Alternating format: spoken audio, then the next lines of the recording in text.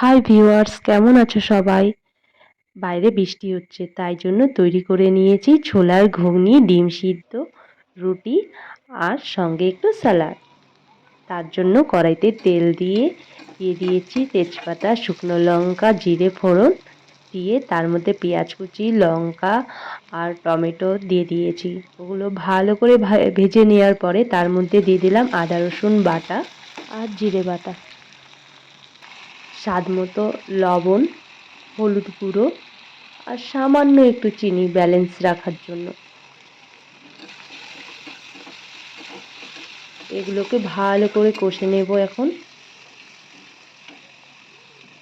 যতক্ষণ না তেল ছেড়ে যায় ততক্ষণ এটাকে ভালো করে ভাজতে হবে। দেখো, এটা কষানো হয়ে গেছে। এর মধ্যে দিয়ে দেবো ছোলা আলু সিদ্ধ। ছোলা আলু সিদ্ধ দিয়েও কিছুক্ষণ কষে নিতে হবে।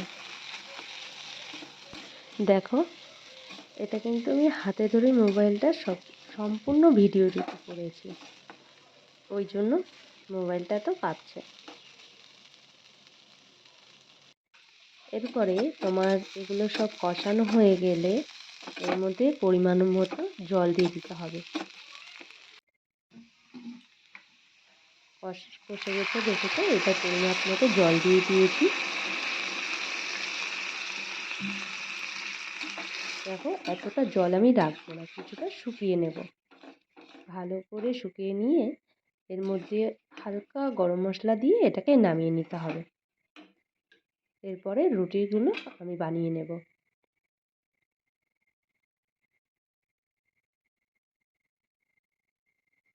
দেখো কি সুন্দর ফুলেছে রুটিগুলো, তাই না?